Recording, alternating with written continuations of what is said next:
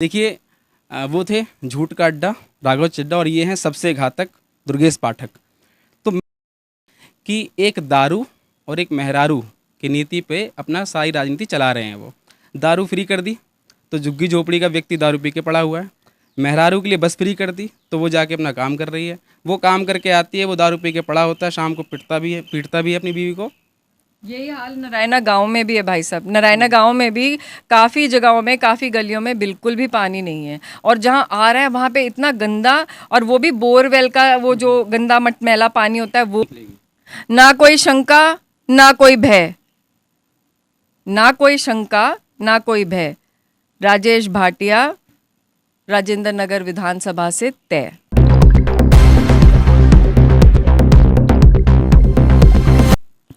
एक जीता हुआ जनप्रतिनिधि हारता क्यों है? मुद्दा आपके क्षेत्र के विकास का हो तो सवाल उठना लाजमी है। मैं प्रमोद गोस्वामी और आप देख रहे हैं युवा सियासत टीवी। इस समय मुद्दा विकास को लेकर हम आए हुए हैं राजेंद्र नगर विधानसभा के नारायणा क्षेत्र में है। क्या आपको लगता है कि भी इस बार दुर्गेश पाठक जीत कर आते हैं तो क्या वो विकास करेंगे जो राघव चड्ढा ने नहीं किया है?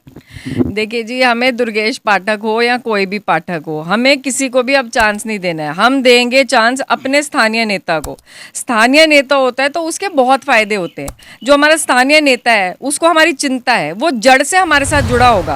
रात बेरात हमें कभी तकलीफ हो तो कम से कम हम भाग के उसके घर पे जाके दस्तक दे सकते हैं। मगर अगर ये जो बाहर से आकर के अपने आप को नेता एस्टैब्लिश करके फिर एक जंप बोर्ड की तरह से अपने आप को कहीं और पहुंचाने के लिए, एमपी बनने के लिए ये लोग नेता बनने आते हैं, ऐसे नेताओं से तो हम हाथ जोड़ते हैं। बिल्कुल। स्थानीय नेता कौन है जो आप लोग अगर जिताते हैं तो कल को आप लोगों का काम करेंगे, सारी समस्याओं का निवारण करेंगे? कौन है? स्थानीय नेता हमारे राजेश भाटिया जी हैं। राजेश जी, क्या नाम है आपका? भाई साहब, मेरा नाम मीनू दीवान है। मीनू जी, उपचुनाव चल रहा है, जैसा कि ये सीट खाली हो गया था, राजेंद्र नगर से राघव चड्ढा विधायक थे आम आदमी पार्टी का, वो सांसद बन चुके हैं और बीच मझधार में यहाँ की जनता को छोड़कर वो भाग गए हैं। क्या कहेंगे आप? भाई साहब, मेरा सबसे पहले तो ये कहना है कि ये टैक्स पेयर्स का जो पैसा, इतना बहुमूल्य हमारा खून पसीने का जो पैसा है, ये उसकी शेयर वेस्टेज है। आप पहली बात, एक जगह से कुछ वादे करते हैं, आते हैं, नहीं आते हैं। क्योंकि हमारे क्षेत्र में तो राघव चड्ढा जीतने के बाद कभी भी नहीं आया भी तो अपने आप को ताले में बंद करके अपने जल बोर्ड के दफ्तर में बैठता था। बहुत बारी हम लोग उसके पास में शिकायत लेके गए कि हमारे घर में पानी नहीं आ रहा, या आ रहा है तो गंदा आ रहा है, प्योर क्वालिटी का पानी नहीं आ रहा है, जो कि इन्होंने वादे किए थे। तो अंदर से लॉक लगा के बैठ जाता है। जब आप जनप्रतिनिधि बने हैं तो आपको बात करनी चाहिए, लोगों के बीच की समस्या सुननी चाहिए। वो सुनता ही नहीं था कभी, और अब जब वो भाग ही गया है, अब फिर दोबारा से टैक्स पेयर का पैसा फिर लग रहा है, फिर इलेक्शन हो रहे हैं, तो क्या ये गलत बात नहीं है? क्या कहना चाहिए? सर, मेरा नाम आसिफ खान है और मैं इसी राजेंद्र नगर विधानसभा का निवासी हूँ। जब राघव चड्ढा आया था तो मैंने लगातार उनके लिए पोस्ट किया था कि झूठ का अड्डा राघव चड्ढा, क्योंकि मैं जानता था कि उससे पहले लोकसभा का इलेक्शन वो लड़ चुके हैं रजौकरी से। क्योंकि सत्ता के लालची, वो उनका लालच जो था वो शुरू से मुझे दिख रहा था उनका। लोकसभा का इलेक्शन उन्होंने रजौकरी से लड़ा, फिर उनको वहाँ हार मिली, तो यहाँ से उन्होंने विधानसभा का इलेक्शन लड़ा। जब यहाँ पे जीत गए, जीते हुए प्रतिनिधि बन गए हमारे, और जब काम हमारे अधूरे थे, जब हमें ज़रूरत थी उनकी, उस समय पे बीच मध्याहार पे छोड़ के हम लोगों को वो लोकसभा राज्यसभा के लिए अपने चले गए पंजाब से।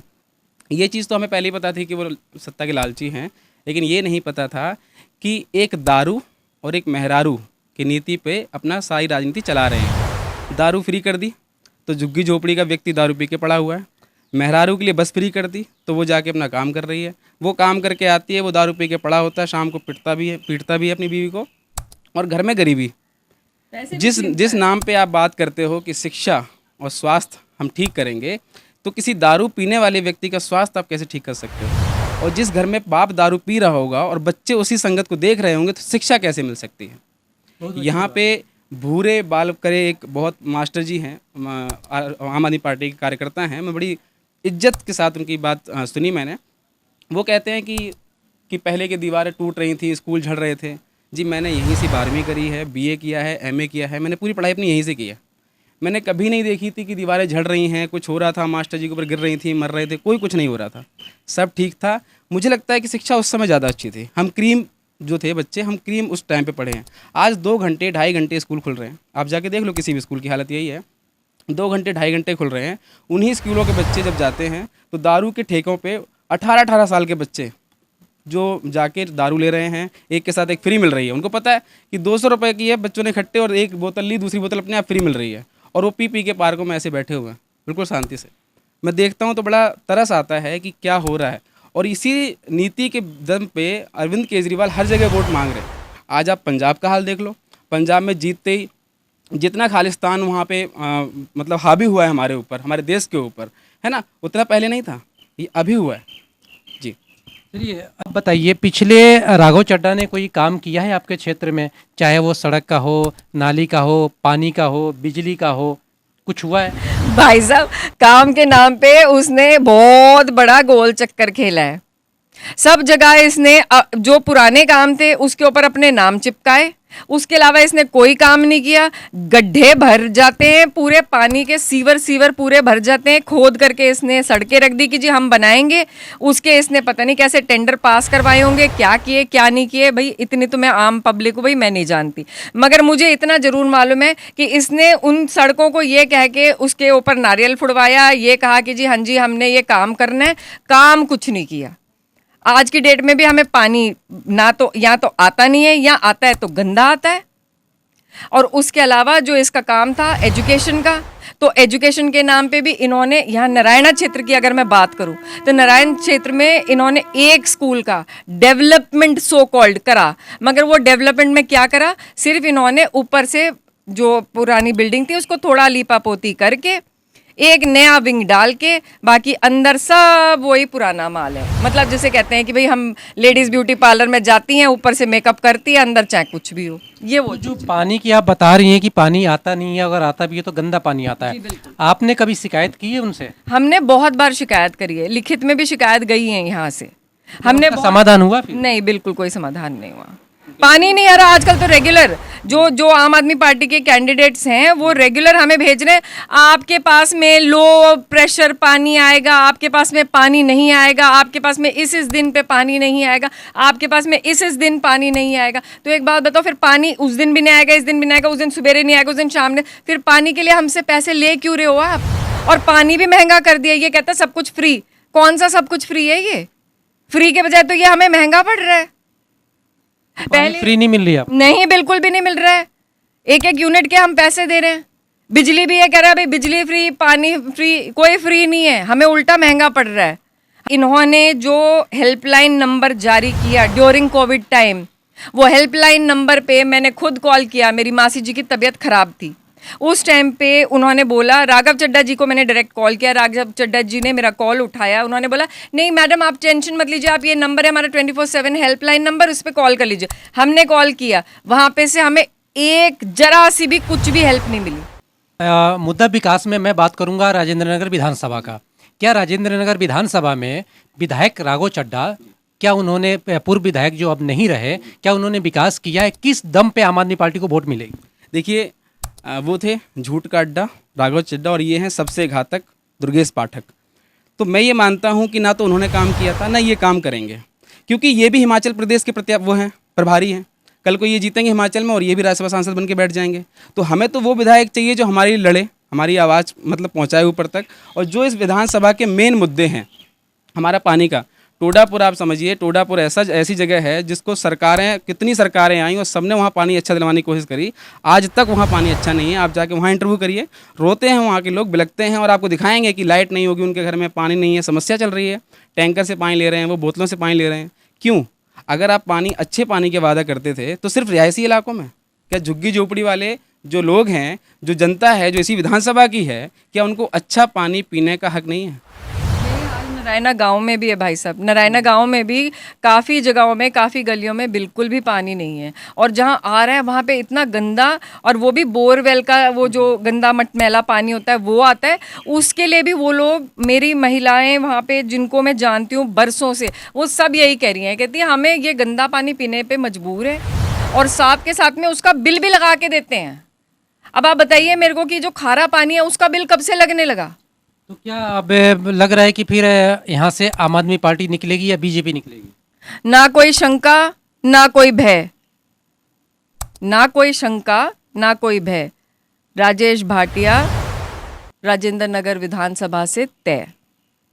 जब आम आदमी पार्टी स्टार्टिंग में आई थी, जो लहर चली थी, आपको पता होगा प्रशांत भूषण के टाइम से, तो उस समय क्या था कि हमें ये लग रहा था कि जब केजरीवाल आए हैं, इनका लोकपाल बिल अब तक धरा का धरा रह गया।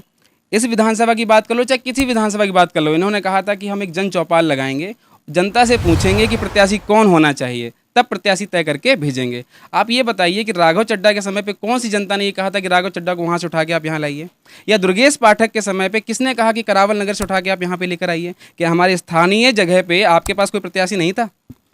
ये भी एक बड़ा सवाल है, क्योंकि जो आम आदमी पार्टी के प्रत्याशी है दुर्गेश पाठक, वो इस एरिया का नहीं है, वो विधायक राजेंद्र नगर विधानसभा का नहीं है, वो किसी और करावल नगर से जो है वो यहाँ के फाइट कर रहे हैं। तो कहीं ना कहीं जनता के अंदर भी ये बात उठती है कि कल को अगर वो जीतते हैं तो हम काम करवाने के लिए क्या करावल नगर जाएंगे। इसलिए यहाँ की जनता ने मन बनाया है कि जो राजेश भाटिया हैं बीजेपी के प्रत्याशी, वो यहीं राजेंद्र नगर विधानसभा से हैं, यहीं जन्मे हैं, यहीं पले हैं, यहीं बड़े हुए हैं, कि अगर वो जीतते हैं तो रात को 12 बजे रात को भी उनके घर पे जाके हम काम करवा सकेंगे, है ना? बिल्कुल जी, बिल्कुल। मैं यही कहना चाहता हूँ कि जब करावल नगर में दुर्गेश पाठक जी ने इलेक्शन लड़ा था, मैं वहीं पे था, क्योंकि मैं दिल्ली विश्वविद्यालय से पढ़ रहा था, तो मैंने देखा था ये जितने वादे यहाँ पे कर रहे हैं, इससे दोगुने वादे वहाँ पे कर रहे थे जीतने के लिए, कि वहाँ पे हम जीत जाएं, क्योंकि मुझे पता है कि इनका षड्यंत्र क्या है, सिर्फ जीतने तक का इनका रहता है, उसके बाद जनता कहाँ और हम कहाँ। आज आप जाइए कि जितने रिक्शे वाले हैं, जितने ये होर्डिंग लगवा रहे हैं, कितना छावनी ना रखी आम आदमी पार्टी वालों ने, इनको लग रहा है कि हम इसी छावनी से जीत जाएंगे। ऐसा नहीं है। दिल्ली की जनता हमेशा से, अभी से नहीं, हमेशा से बहुत जागरूक है और स्वतंत्र अपना जो मतदान करती है, उसे पता है कि मुझे किसको मत देना है। और इस बार राजेंद्र की विधानसभा का जो मत है, मुझे लगता है कि वो एक मत होके राजेश भाटिया, यानी कि हम सबका साथिया राजेश भाटिया, उनको ही वोट देने जा रहे हैं वो। और इसलिए वोट देने जा रहे हैं कि जो काम, निराश जनता जो होती है ना, उसे पता होता है कि हमारा जो काम होने वाला था वो काम नहीं हुआ है, अब काम करवाना है। सीधी बात है, हमारी विधानसभा पिछड़ी चल रही है, सारी विधानसभा आगे चल रही है। हमारे राघव चड्ढा जी जाके वहाँ बैठ गए, पंजाब की राजनीति में उनको इंटरेस्ट था और शुरू से ही था उनको। मैं लगातार लिख रहा था फेसबुक पे कि राघव चड्ढा जी को अपनी राजनीति में यहाँ का इंटरेस्ट नहीं है, उनको पंजाब की राजनीति में इंटरेस्ट था। तो अभी का जो मेरा मानना है वो ये है कि राजेश भाटिया जी को एक मत होकर यहाँ से जिताना चाहिए। और भारतीय जनता पार्टी को, चाहे जो मोदी जी की सरकार चल रही है केंद्र से लेकर यहाँ तक, आप उस एक मेन स्ट्रीम में लेकर आओ दिल्ली को भी, तो वो बहुमत देना चाहिए पूरी सरकार को जी। तो मुझे लगता है कि जब ऊपर से लेकर नीचे तक हम एक होंगे, जो मोदी जी की कुछ बहुत सारी, आप देखिए ना, हेल्थ कार्ड को लेकर जो मोदी जी ने योजना चलाई, दिल्ली में लागू नहीं होने दी केजरीवाल जी ने। क्यों? अपनी एक हिटलरगिरी की वजह से कि हमने यहाँ पर लागू होने देंगे। और कोरोना काल में मैंने एक साक्षात देखा है, मैं हॉस्पिटलों में गया हूँ, मैंने सेवा की है जाके वहाँ पर 100 लोगों के मरीजों की। मैंने ये चीज़ देखी है कि वहाँ पर लोग मर नहीं रहे थे, लोग मारे जा रहे थे। ये सच बता रहा हूँ मैं आपको, वहाँ लोग मर नहीं रहे थे, लोग मारे जा रहे थे। ज़रा सा बुखार है तो उनको दवाई नहीं दी जा रही, उनको बस आगे अलग बैठा दिया गया कि आप देखिए। मैंने वो चीज़ अपनी आंखों से देखी है, फील की है। और उस टाइम जो दर्द जगा मेरे अंदर, मैंने ये सोचा कि देखिए सरकारें किस तरीके से अपने फ़ायदे के लिए लोगों की यहाँ जान ले रही हैं। वो जान ली जा रही थी और वो जान लेने की जो जिम्मेदार थी वो आम आदमी पार्टी थी। मैं ये बात खुले मन से कह सकता हूँ कि वो जितनी भी जानें गई हैं उसमें से लगभग जाने लेने की जिम्मेदार आम आदमी पार्टी है, केजरीवाल है, और उनके पूरी जो नेता की जो जितने वो बन रहे हैं अपने आप को, वो सब हैं। आपने क्या नाम बताया अपना? मेरा नाम आसिफ खान है। आशिफ खान है, और कहीं ना कहीं युवा हैं और ये दिल्ली में है। लेकिन इनका दर्द आपने सुना कि अरविंद केजरीवाल जो यहाँ के सीएम है, उन्होंने किस तरह से यहाँ के पब्लिक को ठगा है। और आज जो उपचुनाव विधानसभा राजेंद्र नगर का होने वाला है, उसमें क्या आएगा, ये युवा वर्ग के हैं। आज युवाओं की सोच जो है, एक टाइम था, एक समय था कि अरविंद केजरीवाल जो वादे किए थे और जो सारे